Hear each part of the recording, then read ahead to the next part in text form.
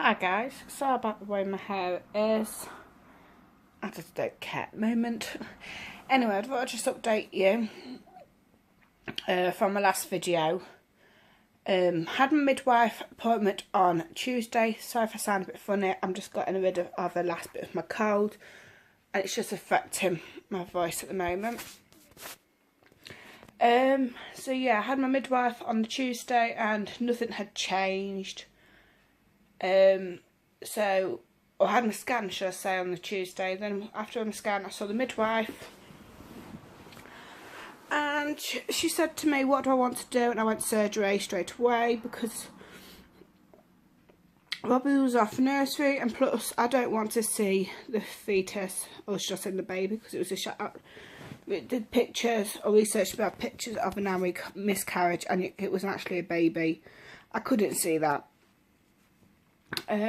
So yeah. So they booked it in for me, and it was for Wednesday. Bear with me a minute.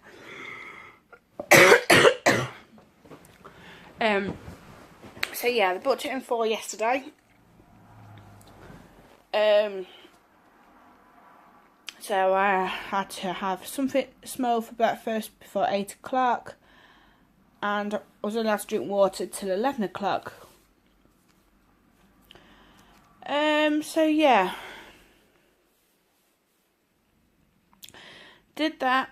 Had to be on the ward for 12 o'clock. And they just teased me. It's their dinner time. There's me, sat on this board and go, oh, of course they were having chicken casserole. So yeah, they were teasing me, and there was me, not allowed to eat nothing, not allowed to drink nothing. But I got coped with it. Simon came with me till 1 o'clock, and then he had to go to work. So I was on my own, which I didn't mind after a while, because I just sat there, part fell asleep. So yeah. And I was all in my gown and my sexy socks. The socks that roughly they want you to put wearing surgery, just protect your legs so you don't get blood clots in your legs. The concept bloke came round. It was the same bloke that did it in March for me, because he said he recognised me. He said, "You had a bloke with you last time?" I said, "Yeah." Said he's gone to work. So yeah, I didn't go down till 4:30, and I was in the recovery room for at 5:30, because I said to the lady who, when I came round, "What time is it?" She went 5:30. So yeah, come round quite easy this time. Last time it took me ages to come round. Had some water, and my mouth was really sticky because apparently they had to put some sort of like glue type thing, not proper glue, but some glue type around my mouth to hold the tube, and to put a tube in my throat because apparently it won't go in as much. It's easy or something. But I think it went okay this time, because last time, I don't know if you saw the video, but I lost a bit more blood than they wanted, so I had to be kept in. But this time I think it went absolutely fine, because I said, "Did everything go alright?" She went, "Yeah." So I said, "Well, that means I can go home today." She went, "Yeah, you better go home. You just have to stay here for about 20 to 30 minutes just so we can make sure you come round alright. Plus, we need to keep your pulse down." I said, "Because your pulse was a bit high." And she said to me, "Am I stressed or anything?" I said, "No." So I said, "Why was my pulse a bit high?" She went, "It was a bit high because when they pulled out the tube, it's automatically reflex apparently that your pulse is high. But it was 119 even after a while, after the tube had come out, and I was awake. So it had to get down before they'd let me come off the recovery room.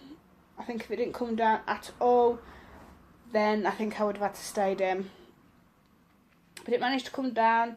They rang up the day ward and said are they ready for me to come back, because they have to make sure they're ready for me to come back. Plus I had a cubicle there with my stuff in, because they were keeping an eye on it for me because I had no one else to look after it. And came back down. Obviously you have to be in the day unit for about an hour after just to make sure. And you had to have 4 lots of, every 15 minutes you had to have your blood pressure taken and your pulse again. So you was always hooked up to it. Plus I had a drip in my hand, which was my IV of fluids. But I managed to drink a cup of water and 2 coffees and things like that. But the drip had all finished. And I said to my nurse that was looking after me on the day ward, I said, I need the toilet. And she said, brilliant. So if you could go to the toilet, then we'll take the drip out first, because that's all finished and you don't need that now, because we can see that you're taking fluids down. But we won't take the candle out your arm yet, because just in case if you can't go for a wee, then we need to give you some more fluids. So yeah, I got up, a bit wobbly at first, but I managed to do a wee. I got up. I went, oh no, she went, what? I said, well, there's blood all over the bed. She went, don't worry about it, it's normal. But there was blood on my gown, because instead of putting, when they put a pad on me after I had surgery, instead of putting it like that way on me, so like facing that way down there, they put it like that. So it just went everywhere. And so I managed to get up, went for a wee, and she went, when I came back, she went, did you go for a wee? I went, yes. So she said, right, you can get changed now. When you got dressed, then we'll take your candle out around, because you've just proved that you can go for a wee, you don't need no more fluids. And then you're ready to go home. I was like, yay! So I texted my mum to say that I'm just getting dressed and I'm going to get the candle out of my hand, and then I'll be able to come home. So, but she'd rang the ward up 5 minutes before I messaged her about that, because she hadn't heard anything.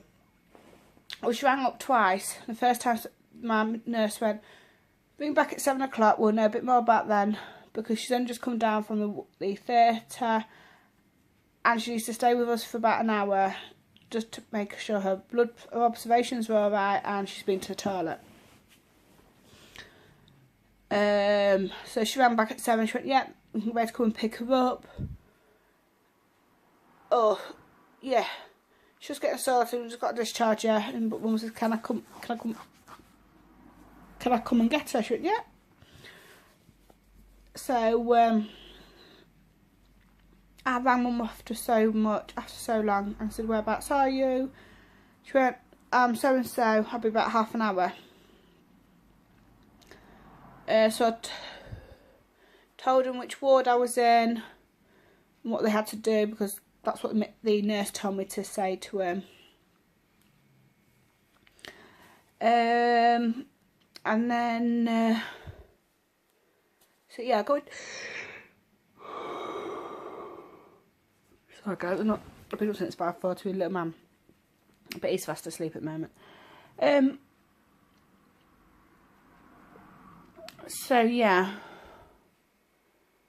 I got my discharge papers, and said one's been sent to my doctor, so I didn't have to worry about that, just to let them know what I've had done and anything really.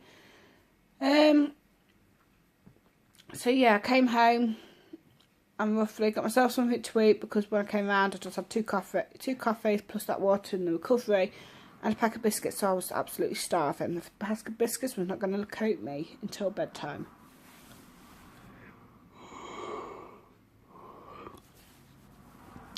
So yeah, I got myself 2 marmalade baps, because I couldn't be asked to cook. So yeah, did that. Then I sat on the sofa for a bit. I couldn't get comfort on the sofa because our sofa keeps splitting opening, or separating should I say. So I took my time to go upstairs and lay in bed.